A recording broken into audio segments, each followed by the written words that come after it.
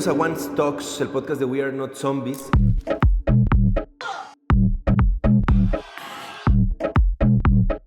Yo soy su host Ramiro y hoy estamos demasiado,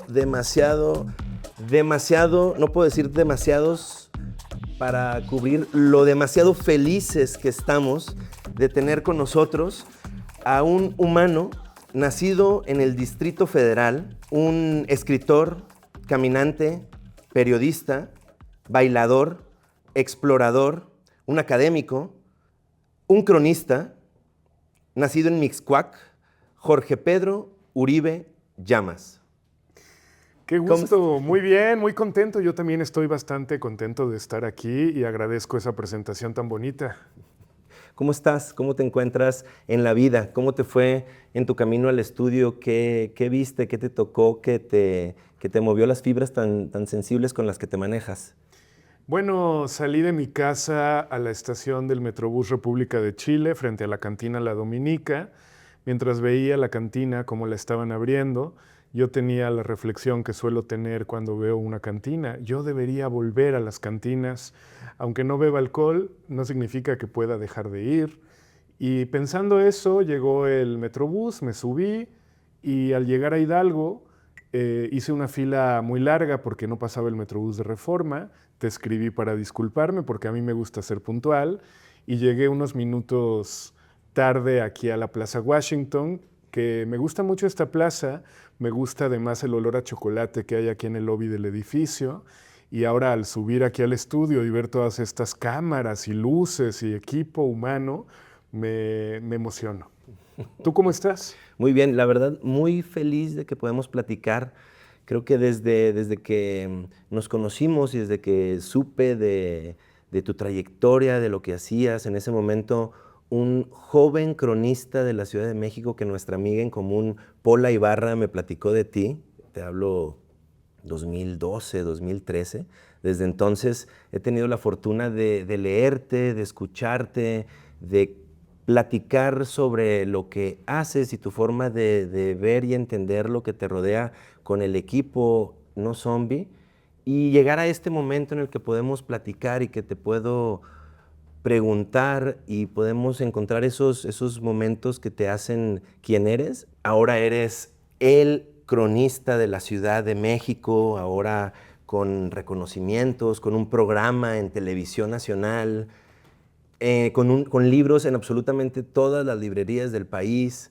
¿Cómo te sientes? ¿Cómo vives con eso? ¿Cómo ha sido este tiempo para ti? Bueno, vivo con poco dinero en realidad, porque todo lo que estás diciendo haría suponer a alguien, wow, a Jorge le va muy bien. No, yo sigo usando el Metrobús porque no tengo otra opción, pero aunque la tuviera, usaría el Metrobús porque no sé manejar. Y la crónica, no me quiero quejar, no es un oficio ingrato, no es una profesión ingrata, pero no deja dinero, ¿eh? No es algo que te permita vivir holgadamente, pero vivo bien, vivo contento con lo que hago. Hace muchos años que dejé el trabajo de oficina, la noción de tener un jefe, gente que dependiera de mí o compañeros de trabajo. Yo soy un gato feral y entonces aposté por trabajar solo, lo cual implica pues esto, a veces tener apuros económicos, pero a veces estar con un poquito más de dinero, pero siempre 24/7 muy contento y muy tranquilo de estarme dedicando a lo que me dedico, porque pues solo vives una vez. Creo que solo vives una vez y entonces hay que hacer lo que a uno le apasiona, y a mí me apasionan estos temas de reportar, de escribir, de compartir las reflexiones que me dispara la ciudad cuando la camino. Es un trabajo muy bonito el del cronista.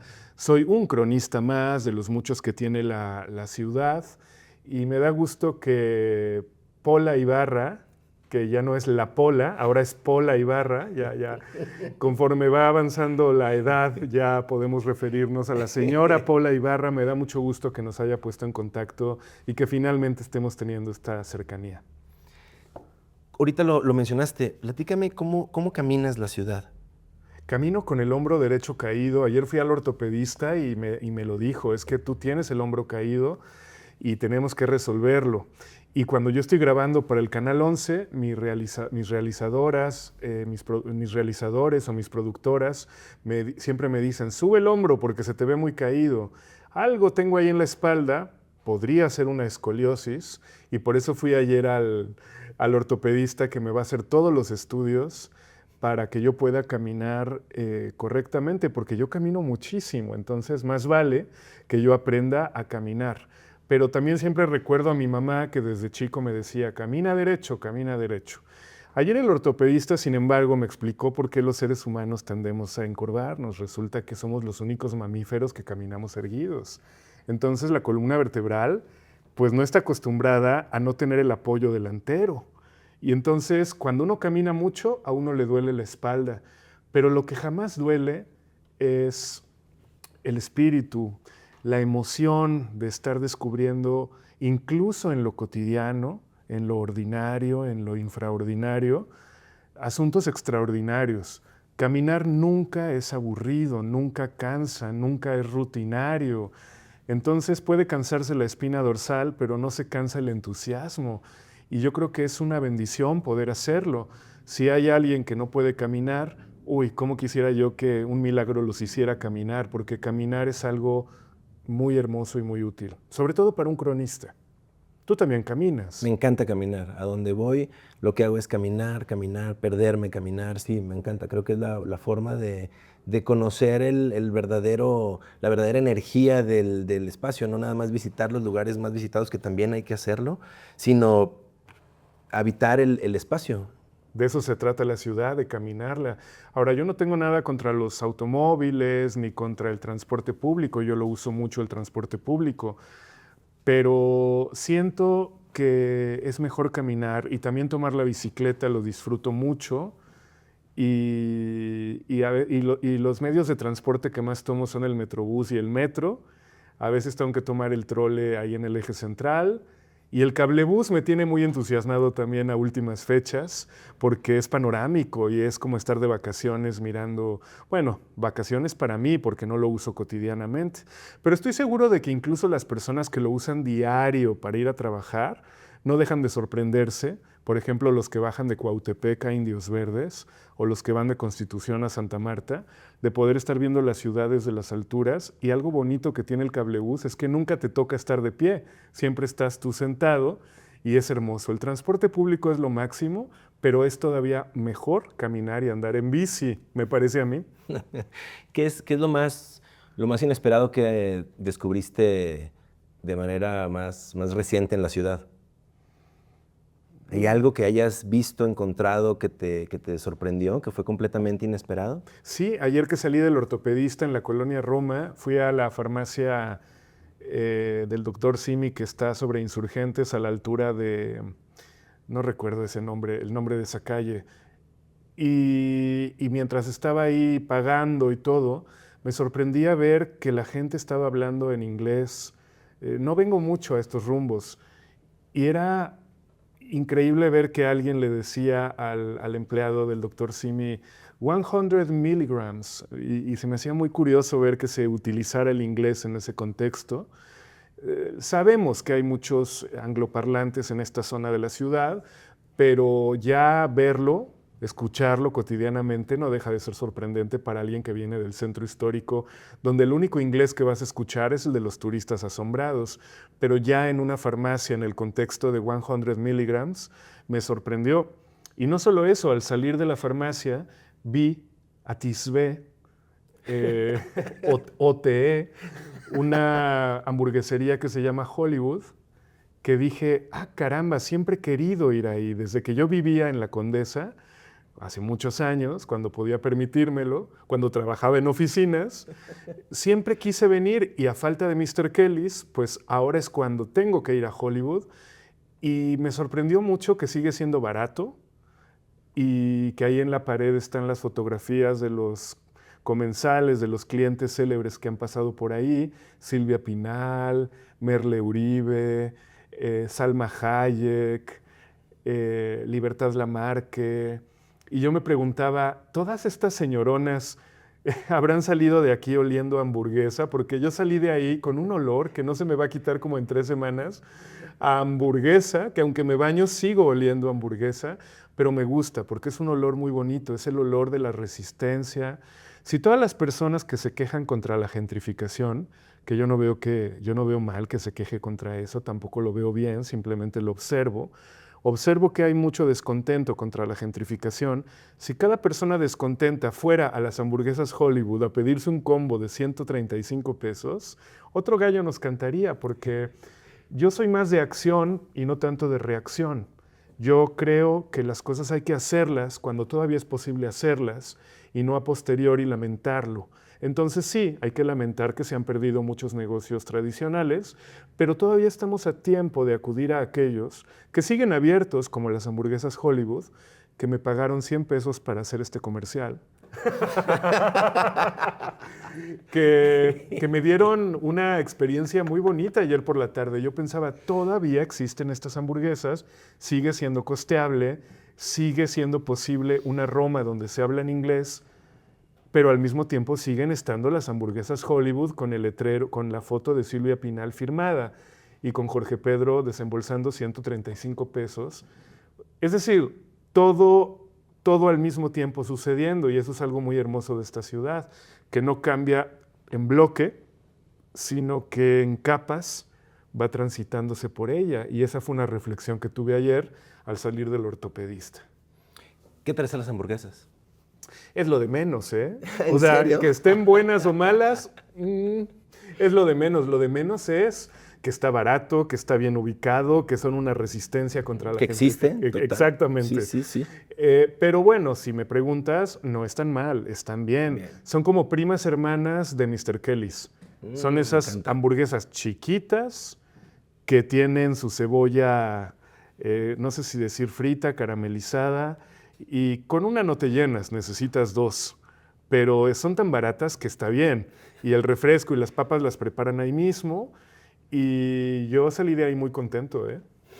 Te los recomiendo. Me encanta. Sí la tengo pendiente, la verdad. Sí las tengo pendientes.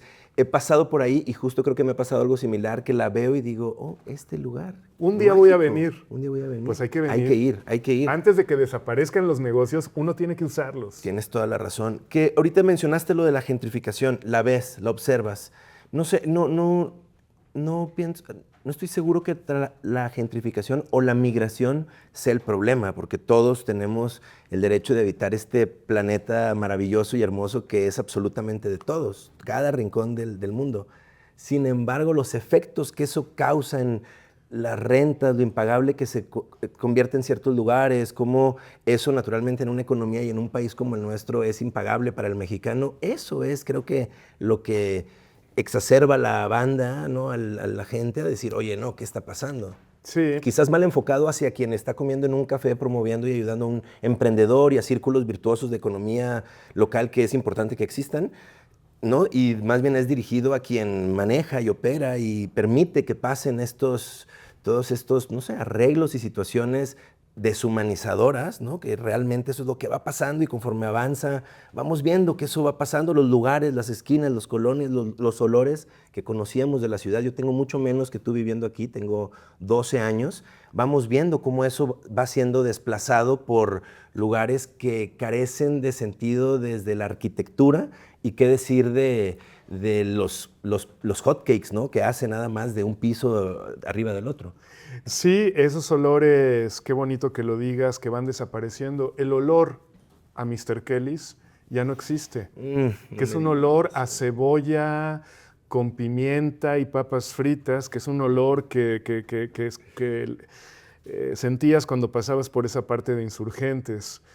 Y así se han ido yendo muchos olores. El que tienen ustedes aquí abajo a chocolate me recuerda a un olor de la infancia. Yo crecí en la calle Goya, en Mixcoac, Insurgentes Mixcoac, y enfrente del edificio había unas monjas que hacían chocolate y por las mañanas olía a esto. Y pensaba yo hace rato, qué importantes son los olores porque forman parte de la experiencia de la ciudad. Esto que dices de la gentrificación me hizo recordar lo que dijo la presidenta de México en una mañanera.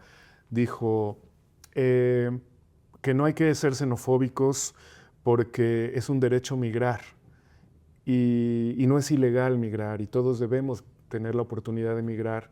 Y eso suena muy bien, estuve de acuerdo, hasta le aplaudí. Hay cosas que no le aplaudo, pero hay cosas que sí le aplaudo. Es lo que pasa con los presidentes de los países, que a veces nos caen mal, a veces nos caen bien. Es un trabajo duro. Y como parte de ese trabajo duro que tienen los gobernantes, es lograr ese equilibrio entre vamos a gobernar, vamos a dominar la economía y vamos a permitir que el mercado se regule solo. Si yo fuera presidente no sabría qué hacer, la verdad, porque ni tan para acá ni tan para allá. ¿Cómo hacerle para que la economía de mercado justo no permita problemas como la gentrificación, pero sin que el gobierno domine el mercado, ¿no? Entonces tiene que haber un equilibrio que habría que preguntarle a un economista cómo se logra, porque yo quisiera saber cómo se logra. Esto no creo que se logre protestando o poniendo likes a mensajes fascistas en redes, sino que se solucionaría escuchando a los que sí saben, a los expertos, a los economistas, a los académicos, pero también a los propios afectados. Oiga, señor de las hamburguesas, ¿cómo ve usted el fenómeno de la gentrificación? ¿Qué soluciones? Que eso es también un reto que tienen los gobiernos, aprender a escuchar a la gente. Y que lo hacemos cotidianamente los cronistas, los periodistas, a eso, casi que a eso nos dedicamos, a escuchar, a oler, a mirar. Una vez en una presentación, alguien dijo, la famosa frase de Juan Villoro, dijo, como dice Juan Villoro, la crónica es el otorrinolaringólogo de la prosa. Quiso decir ornitorrinco, pero esta persona dijo otorrino.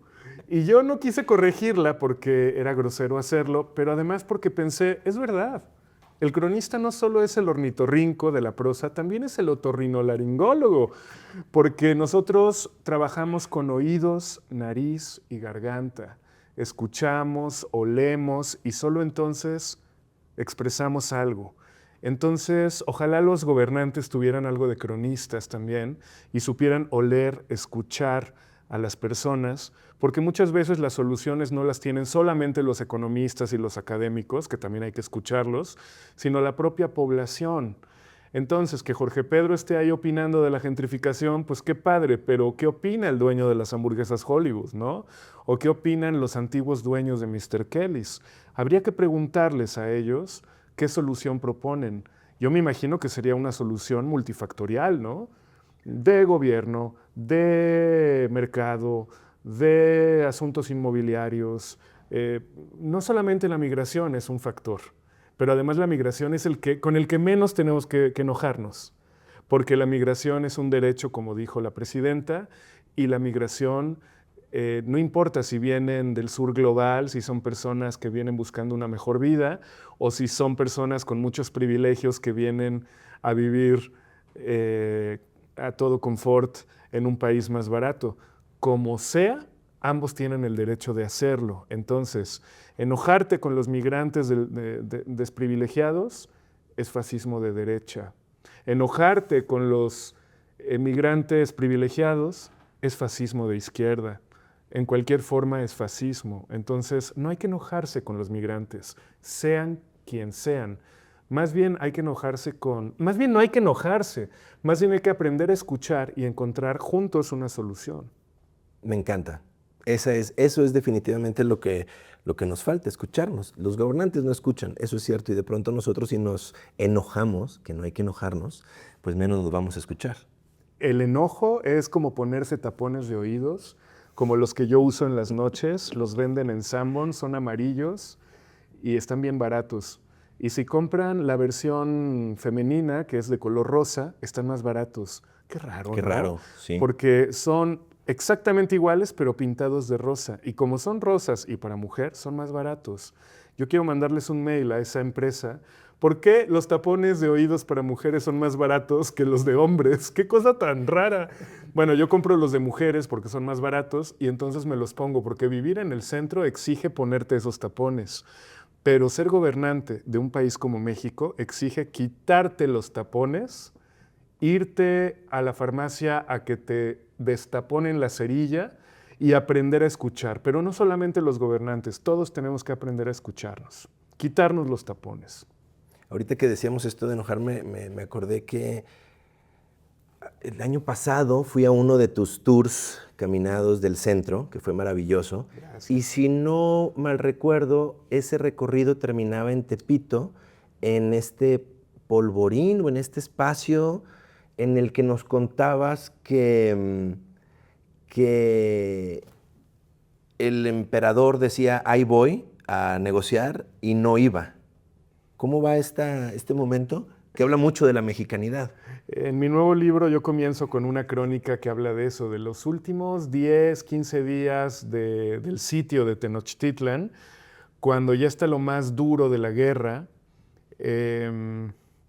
¿Cómo se llama este primo de Cortés? Sandoval está apostado en el Tepeyac, Pedro de Alvarado en Tacuba, ya los mexicas están siendo reducidos y los pocos que quedan, muy valientes, se quedan en Yacacolco, un paraje, algunos le llaman barrio, un paraje que está en lo que hoy es Tepito, donde hoy prosperan las micheladas, ahí en Avenida Peralvillo, a la altura del Templo de Santana, muy cerca del Paseo de la Reforma Norte, a la altura de González Bocanegra. Ahí en Yacacolco, los mexicas ya flacos, hambrientos, pero valientes, no querían capitular, no se rendían.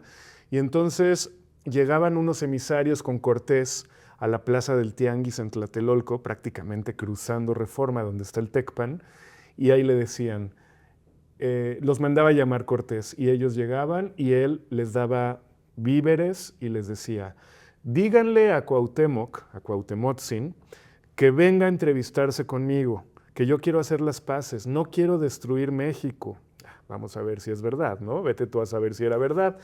Pero él no quería destruir la ciudad, él decía que venga, nos arreglamos, pactamos, que sí, que mañana al mediodía viene, y se regresaban a Yacacolco, y al día siguiente ponía un dosel Hernán Cortés, estaba muy nervioso, el poquito gel que le quedaba y se lo ponía, limpiaba sus lentes, y 12, 12 y cuarto, 12 y media, y nunca llegó Cuauhtémoc. Y entonces mandó llamar a los emisarios, otra vez llegaron, oye, que no llegó Cuauhtémoc y yo quería pactar la paz.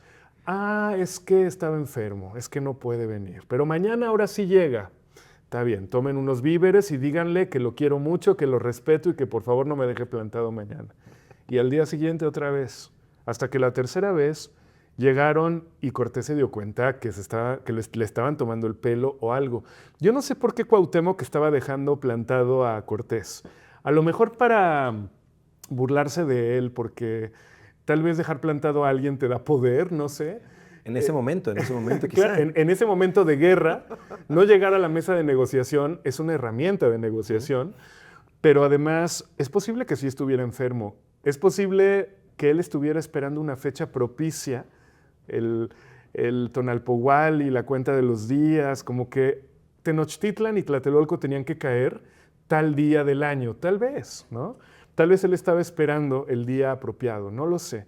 El caso es que no llegaba. Y la tercera vez Hernán Cortés ya no aguantó, ya no soportó y se enojó y dijo, vamos a atacar a los mexicas que quedan ahí en Yacacolco, que es un paraje de Tlatelolco, y fueron con todo, contra todo.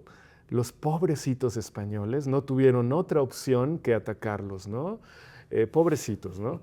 Y ellos mismos, como son muy pobrecitos, se quejan de que los tlaxcaltecas eran particularmente fieros contra los mexicas y que hasta los regañaban, los reprendían. No te ensañes tanto con los mexicas. Si los vas a matar y todo, hazlo con más cuidado. Son unos santos esos españoles, ¿no? Entonces, total, que los españoles y los tlaxcaltecas atacan con todo ese último reducto, Avenida Peralvillo, González Bocanegra, y acaban con lo que quedaba de Tenochtitlan, Tlatelolco. Aunque cueste más trabajo decirlo, hay que decirlo completo. Tenochtitlan, Tlatelolco, porque era una ciudad doble. Las dos islas. Y tan importante era la del sur como la del norte. Y entonces, finalmente, mientras estaba pasando todo eso, Sandoval, el primo de Cortés, manda a un soldado de apellido García Holguín a buscar a Cuauhtémoc, que estaba más o menos resguardado por donde hoy está la Plaza Garibaldi, dentro de una canoa y de una embarcación, y ya ese barquito iba huyendo ahí por donde hoy está la iglesia de la Conchita en Tepito, de Tequipeuca, Tenochtitlan y Constancia. Y ahí García Holguín lo ve y lo apresan, lo rodean, lo agarran, y lo primero que dice el caballero de Cuauhtémoc es: no toquen a las mujeres, no agarren mis cosas y no me hagan daño, que yo soy el rey de México. Y no te vamos a hacer daño, pero sí te vamos a llevar con Cortés. Y entonces se lo llevan ahí a Santa Lucía, esquina Constancia, donde hoy hay unos cigüeñales El Pareja, ahí hay una placa ya cerca de Reforma, y ahí lo está esperando Hernán Cortés, lo suben a la azotea y ahí le dice: mátame con ese puñal porque no supe defender a mi pueblo. Y Hernán Cortés le dice: tranquilo, no es para tanto. Tú y yo vamos a hacer lo que debimos hacer aquellas veces que me dejaste plantado, pactar. Tú vas a gobernar la República de Indios, a los vencidos, en Tlatelolco. Ahí surge esa idea de la República de Indios. Y nosotros vamos a vivir en la Isla del Sur, que somos los blancos, un apartheid por donde se vea.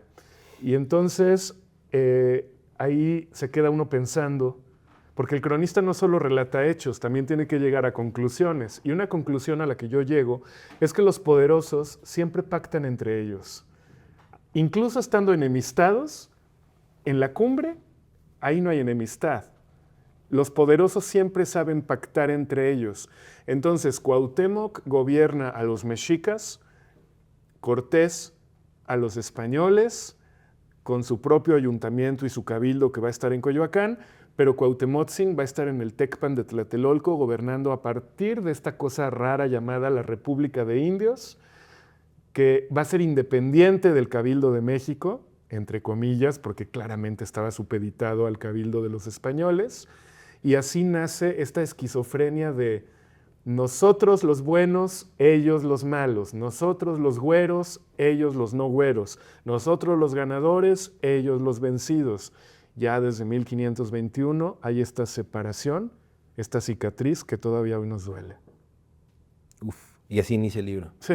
Estamos hablando de México, un mito de 7 siglos, que es el más nuevo libro. Acaba de salir con siglo XXI y se consigue en las principales librerías del país y también como ebook. Esa historia me encanta, me encanta. Y caminar, esa vez caminar la ciudad contigo, pasamos por esta zapatería, ¿te acuerdas que estaba por cerrar? Y sí, fue maravilloso. Platícame un poquito más de estas caminatas, cómo surgen y cómo es para ti hacerlas. Hablamos de algo que tú convocas por tus redes sociales. Oigan, este sábado voy a caminar estas 3, 4 horas. Es donativo voluntario y vámonos. Es es una máquina del tiempo, a pie. Voluntario y anónimo. Entonces yo paso un saquito para que la gente que no tiene dinero o el libro, pues ahí deja la moneda de 10 pesos o el millonetas me puede dejar el billete de 1000, pero que no se queden sin hacer el paseo por falta de recursos, porque yo como cronista sé lo que se siente no tener recursos a veces y que no te alcanza. Entonces es un donativo consciente, voluntario y anónimo. Y desde 2011, 2012, yo empecé a hacer estos paseos con la Pola, con Pola Ibarra, Wow. Doña Pola. Ella era la que hacía el booking porque hacíamos conciertos sorpresa. Como que no había redes sociales, la gente no tenía smartphones, la gente no era famosa, no sé cómo le hicimos, no sé cómo le hizo Pola, que por ejemplo para un recorrido consiguió a Carla Morrison, ¿no? O a Torreblanca, o a Quiero Club, o a Juan Cirerol. Y entonces, acabando el recorrido, la gente no sabía quién iba a tocar. Y tocaba una banda sorpresa en un lugar sorpresa. Esos recorridos eran muy ambiciosos, duraban 6, 7 horas. Y rentábamos un micro. Ustedes si ponen en YouTube recorridos Jorge Pedro Azcapotzalco, recorridos Jorge Pedro Tacubaya, ¿eh? Ahí van a salir los videos. Yo salgo bien joven, salgo sin arrugas, sin canas. Pero estos recorridos desde entonces no los he dejado de hacer. Lo que pasa es que ahora ya no son tan ambiciosos, ya no hay concierto sorpresa, ya no tengo una booker, ya no tengo alguien que haga la producción audiovisual. Soy yo solito con mis redes, autogestivo y feral, poniendo, este sábado nos vemos en la Plaza de Santo Domingo. Llega la gente, a veces llegan 3, a veces llegan 35, y nos ponemos a caminar diferentes rutas que ya tengo yo previstas, sobre todo por el centro histórico. Que ese es tu barrio, ¿no? Sí, Esa es yo entiendo que estás por todos lados y conoces muy bien esta periferia de la Ciudad de México o hasta dónde llega y cómo conecta con Morelos, con el estado, con todo lo que nos rodea. Pero tu zona, tu mero mole está en el centro, ¿no? sí, el centro me interesa mucho. El propio centro tiene su periferia también.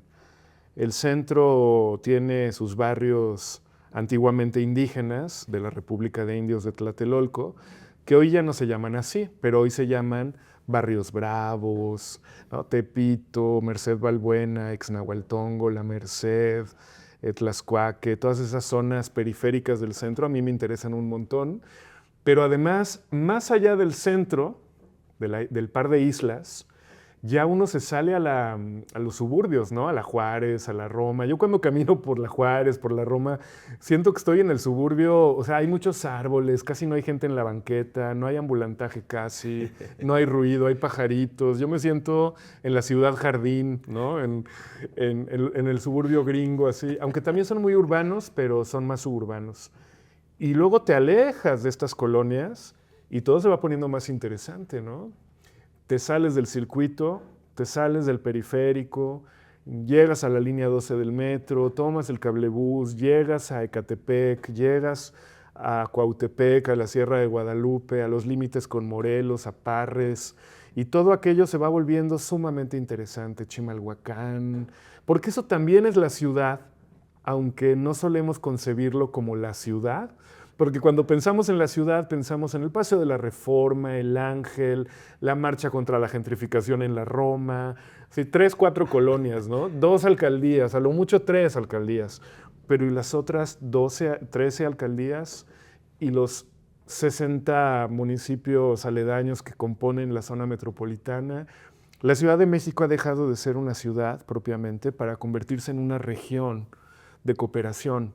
Y entonces Ecatepec y Nesa, toda esa gente esperando el Metrobús en Pantitlán, son la sangre, la sístole diástole de la ciudad, realmente, el sístole diástole de la ciudad, que bombean de sangre a las colonias céntricas. Y luego está el sur, ¿no? Que el sur es infinito, ¿no? Tlalpan, la alcaldía Tlalpan es gigantesca, es la más grande. Y luego los 12 pueblos de Milpa Alta, los pueblos de Tláhuac. Hay tanta ciudad y tanta periferia que casi me atrevería a decir que hay más periferia que ciudad. Entonces, si vamos a abordar la ciudad, hay que abordarla completa y tratando de relacionar todo con todo, porque de otra forma nos quedaríamos miopes.